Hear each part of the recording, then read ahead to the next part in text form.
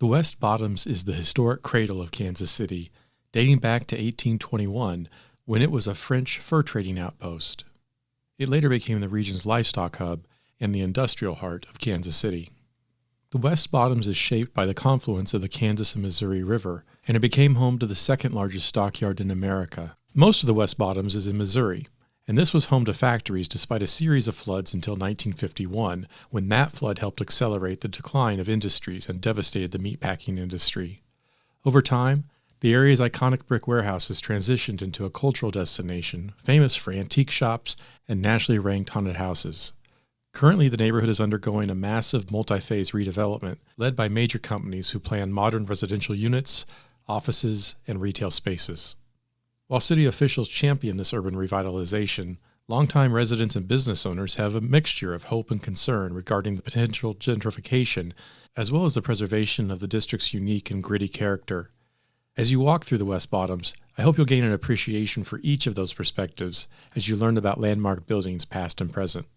Long before European explorers and traders, this area was home to indigenous people, dating back to the Hopewell culture and later tribes like the Osage Nation, who became trading partners for the French fur traders who came in this area in the 1820s. Francois Chateau established a permanent fur trading post for the American Fur Company here in 1821. At that time, this was known as the French Bottoms, and it was the first permanent European-American settlement in the area. In what would become a central theme, the settlement's existence along rivers provided resources and supported trade, but it was also located within a floodplain. Following a destructive flood in 1826 and an even more cataclysmic flood in 1844, settlers moved to higher ground. Most settlers of European descent in the area at the time were located to the south around Westport, but that would start to change with the creation of a river landing and a road connecting Westport to the Missouri River. By 1850, the current river market area of Kansas City was growing, and the abandoned floodplain here became known as the West Bottoms. After the construction of the Hannibal Bridge in 1869, Kansas City's West Bottoms quickly became a national rail hub, connecting population centers in the east and the nation's growing rail networks in the west.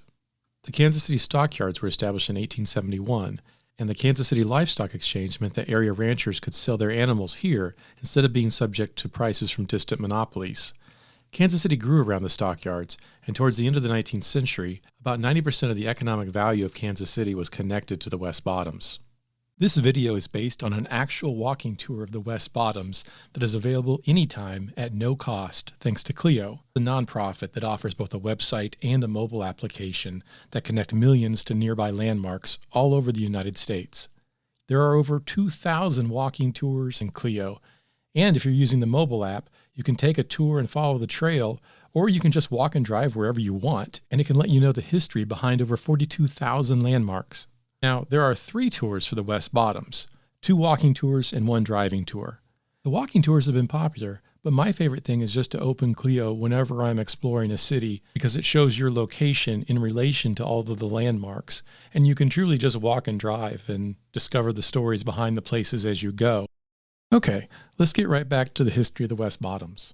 One of the most important landmarks in the West Bottoms was demolished over a century ago at a site that is only part of the extended walking tour and driving tour of West Bottoms. I'm talking, of course, about Union Depot, Kansas City's train station, which was completed in 1878.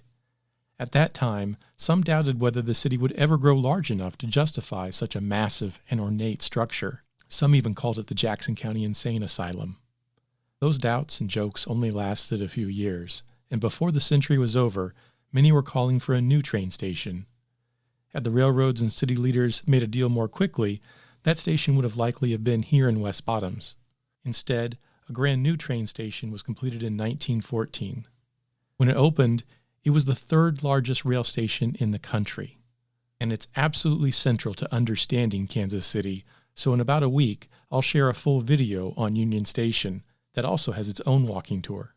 By 1923, the stockyards were a commercial powerhouse, second only to Chicago, and handling 2.5 million cattle a year. The district's success was anchored by the magnificent 9-story livestock exchange building, completed from 1909 to 1911. That building housed hundreds of commission firms, banks, and rail agents, along with all the railroads whose line converged at the yards and Union Station Depot. Beginning in 1899, the stockyards began what is known today as the American Royal Livestock and Horse Show. In this way and many others, the West Bottoms was essential to all areas of agriculture, from the stockyards to the American Royal, to the production and distribution of farm equipment, to the warehousing of food products. Everything ran through the West Bottoms. Now, the West Bottoms grew despite two main problems. The first was flooding, and the second was isolation. The area was separated from the rest of Kansas City by a 200-foot tall bluff to the east. The industries here required a workforce that grew to as many as 20,000 people. At its peak, as many as 10,000 people lived in the West Bottoms on both sides of the state line. But as the factories, stockyards, warehouses, and saloons expanded further into residential neighborhoods, those families who could leave the West Bottoms did so. The walking tour includes the site of former schools, a reminder that Eastern and Central European immigrants and African Americans settled in local tenements and boarding houses. In 1876, Jim Pendergast, the older brother of Tom Pendergast, who would later control much of Kansas City, arrived in the West Bottoms. The location of his first saloon is on this tour, and you can learn a little about how he used this as his headquarters to build a political machine. Jim Pendergast controlled First Ward politics in ways that won him support among the residents of West Bottoms. The West Bottoms was home to the city's passenger train station, Union Depot, from 1878 until 1914 when Union Station was completed. Union Depot brought hundreds of visitors to Kansas City every day. There was no easy way for them to get to the rest of the city other than the same route along the river everyone else was taking. In 1885, entrepreneur Robert Gillum built an elevated streetcar line. It crossed the West Bottoms on 9th Street and then climbed up to the top of the bluffs in the Quality Hill neighborhood west of downtown. The bridge was extremely steep, with an 18% grade. In 1887, Gillum built a second streetcar line on 8th Street. It had a less steep grade that entered the bluffs through a tunnel. This was a major step forward, but still not enough to link downtown with the West Bottoms in an era when the majority of the city's economic activity was connected to the West Bottoms.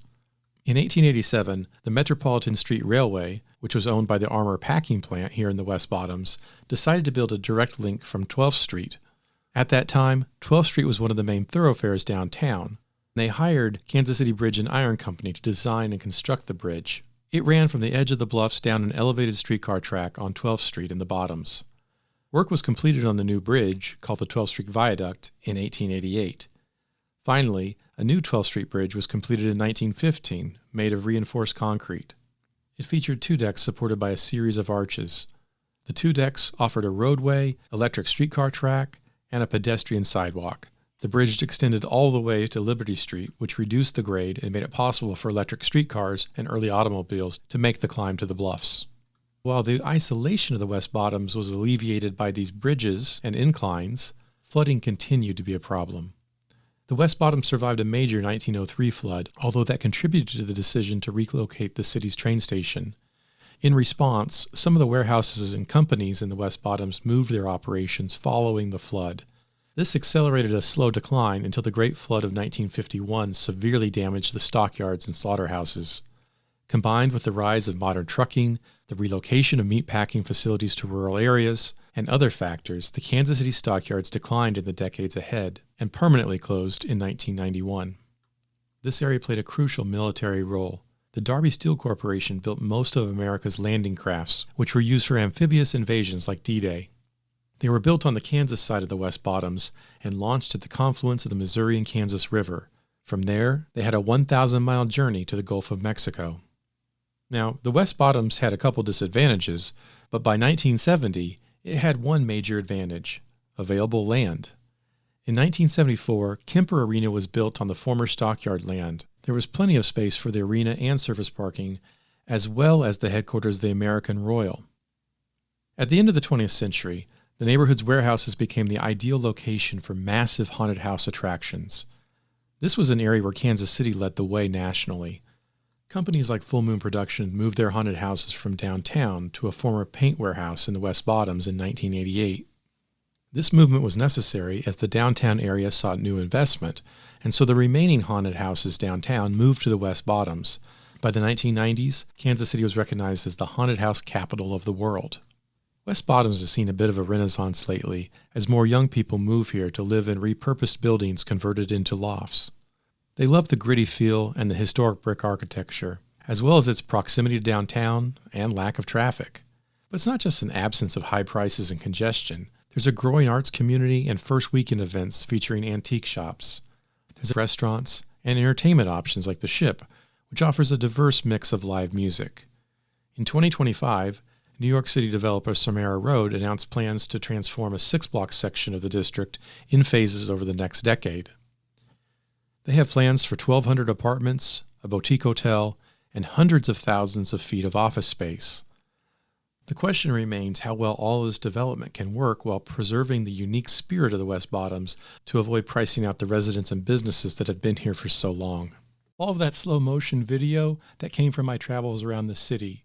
The clips inside museums came from the Museum of Kansas City, the Johnson County Museum, and the Wyandotte County Museum. The very first immersive tour I made when I came to Kansas City, that was of the Central Branch of the Kansas City Public Library, home to the best history section and reading room in the country. My capacity to share the history of our city began with their staff and their collections. Those historic photos, those are from the library. Historians discover things because archivists and libraries have saved them. Now this is where I need to ask you a favor.